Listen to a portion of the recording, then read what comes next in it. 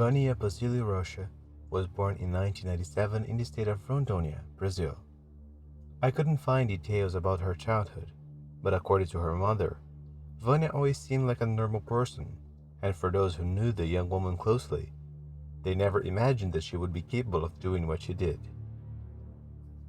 One of the few pieces of information I found about the young woman is that she lived in the city of Vania in Rondônia and worked as a saleswoman and nanny a few months before committing the crime. At age 18, she met 26-year-old Marcos Catanio Porto, known as Tim. Marcos worked as an editor, but at the time he was unemployed and receiving unemployment benefits. He also had a young daughter from a previous relationship. Vania and Marcos dated for almost 10 months.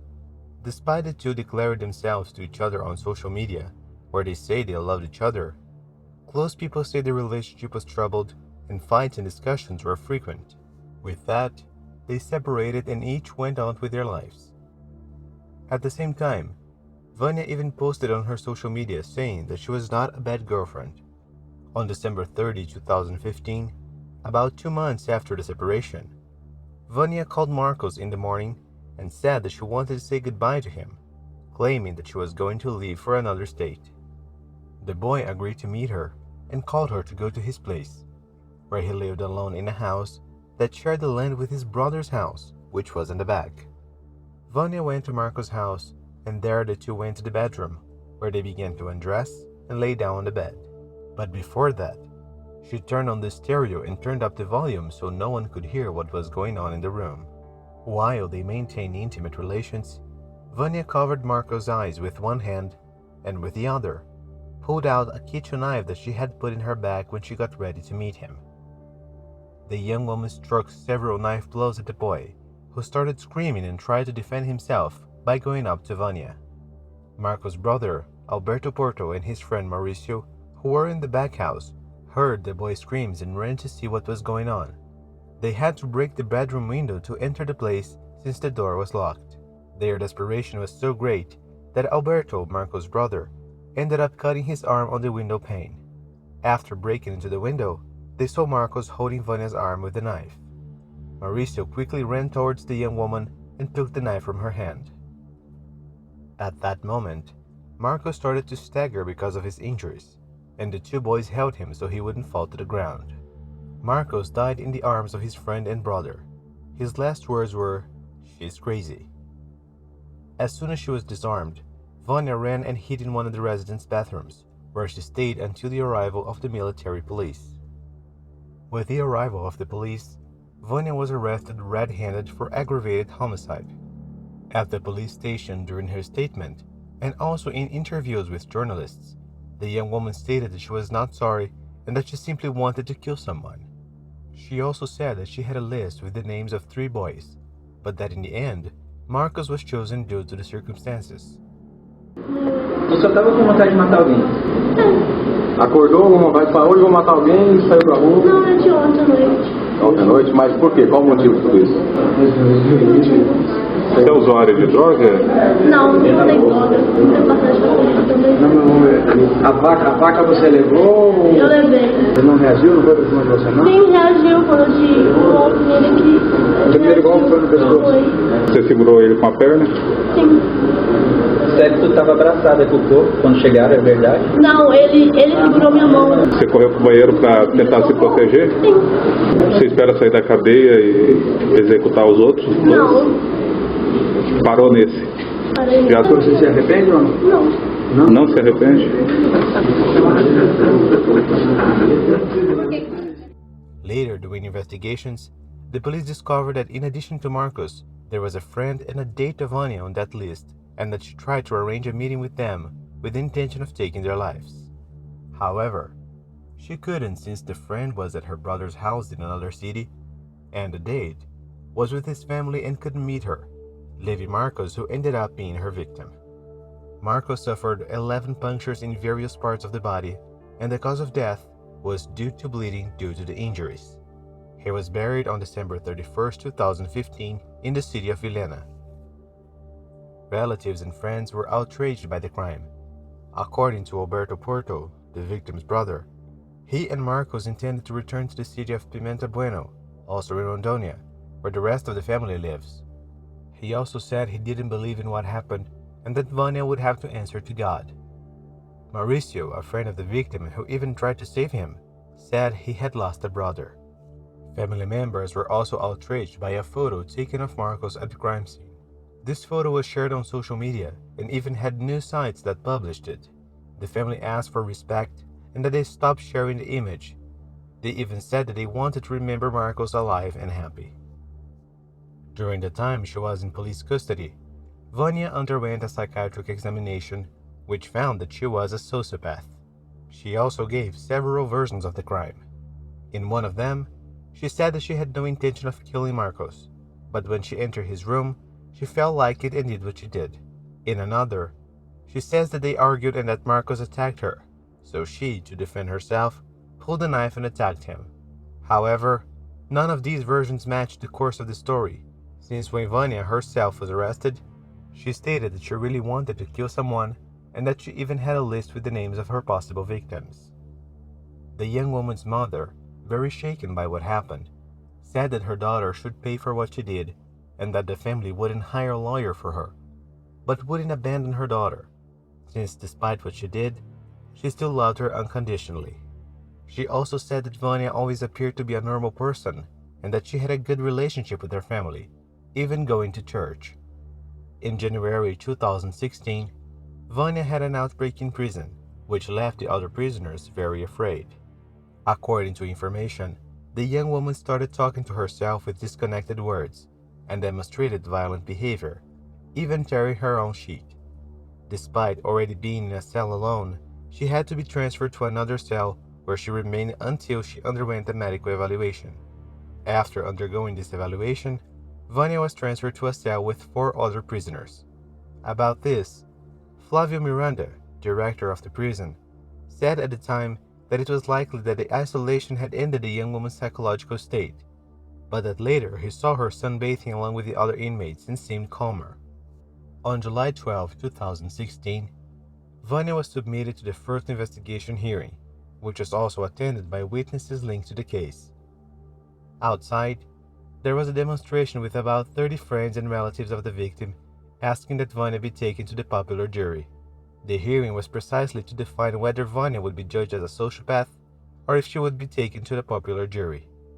During the hearing, the young woman said that the facts were blurred in her head, that she remembered little about the crime, and that she believed that Marcos was still alive. On July 27, 2016, the Court of Justice determined that Vania Basilio Rocha would be submitted to a popular jury in the city of Villena. Marcos' friends and family were happy with the news. For them, it was a victory on the road to justice. On September 15, 2016, almost 9 months after the crime, the trial of Vania Basilio Rocha began. It is said that the young woman arrived at the scene looking downcast. She was heard only by the public prosecutor's office of Rondonia and by the defense itself, as justice has dismissed all the witnesses in the case. Her defense was handled by the state public defender, as her family refused to hire a lawyer, as I mentioned. When questioned by the prosecution about what had happened on the day of the crime, Vania said that the facts were jumbled up in her head, and she even cried. Later, she told the prosecutor that she took the knife in her purse to Marcos' house as a security measure. Once there, she talked to his brother and then went to the victim's room. In the bedroom, she saw another woman's panties, which made her jealous and making her decide to kill the boy. This information about another woman's panties in the victim's room was new to the case, and I couldn't find any information on whether this was true or not. Many believe that this allegation was nothing more than a defense strategy, since Vania hadn't mentioned anything about it to the authorities before the trial. Vania also said that she suspected that her ex-boyfriend had cheated on her, and that she had already caught him with another woman. During the trial, some revelations about Vania's past emerged. It was said that in her teens, she committed some thefts, used drugs, and even ran away from her mother's house several times. It was also said that during her relationship with Marcos, there was a fight in which she ended up breaking her cell phone, as Vania was sharing intimate photos with her friends. Vania, when she saw that Marcos had broken her cell phone, got very angry and started to break the whole room in the house. The public defender Jorge Barreto Filho, who defended the accused, confirmed that the relationship between Vania and Marcos was violent, but said that they continued to see each other even after they separated.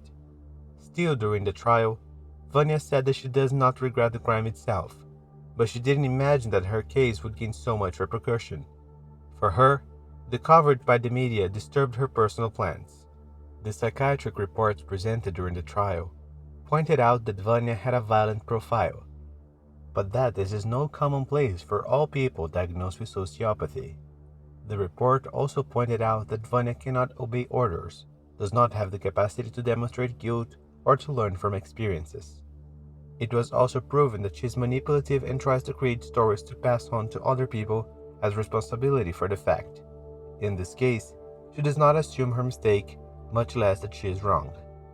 After a few hours of deliberation, the jury court sentenced the accused Vania Basilio Rocha to 13 years of prison for aggravated homicide.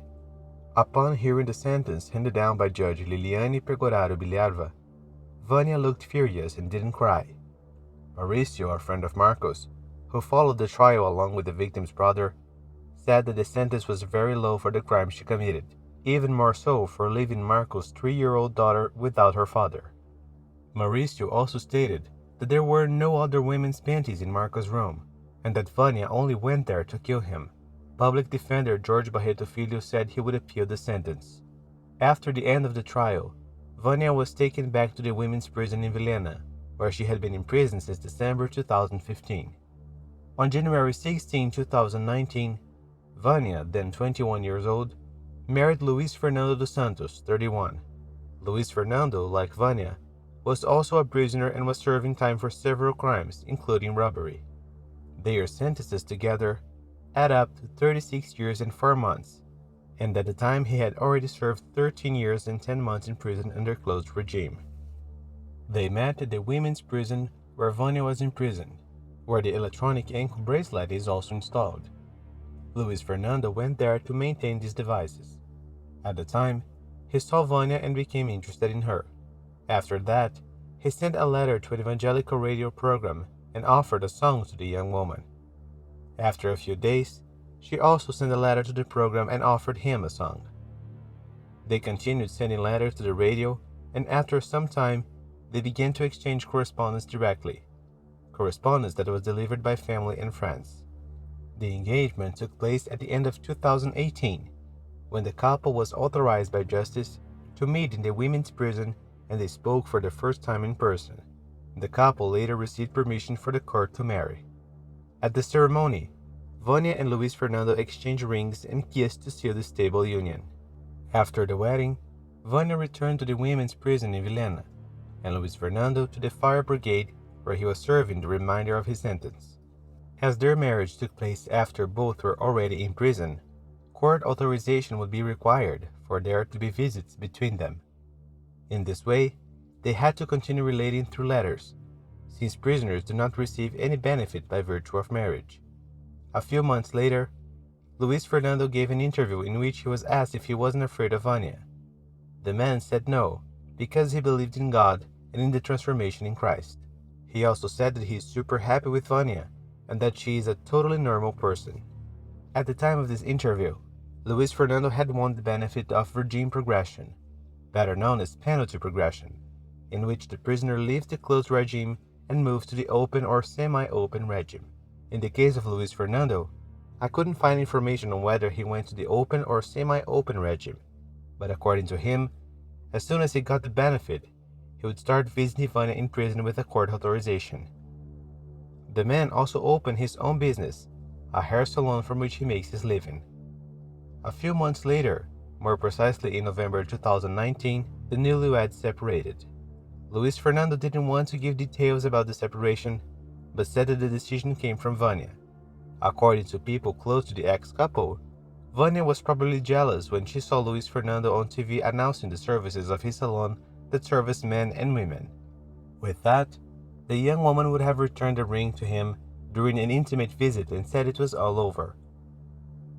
In September 2021, Vania received the benefit of the progression of regime and went from the closed regime to the semi-open one. She spent a total of just over 6 years in prison and had several requests to progress to the semi-open denied. With this concession, Vania, now 24 years old, starts using an electronic encode and will be under the guardianship of her mother. Because Vania has already been diagnosed as a sociopath, the court determined that she maintains psychiatric and psychological medical treatment, as well as the regular use of specific medications. The young woman's mother will be responsible for monitoring and caring for her daughter. She must submit the monthly reports of follow-up and medical, psychiatric, and psychological treatment, and if she fails to comply with the requirements, her daughter may return to the closed regime. I didn't find information if Vania is currently working or studying, or what she intends to do with her life now that she will be out of prison. And you, what do you think about this case? And the penalty Vania took, was it fair? Do you believe she's a better person now, and that she can live in society? Leave your opinion here in the comments. Alright folks, so that's it for today. Thank you so much for watching until the end. Best wishes, and I see you next time.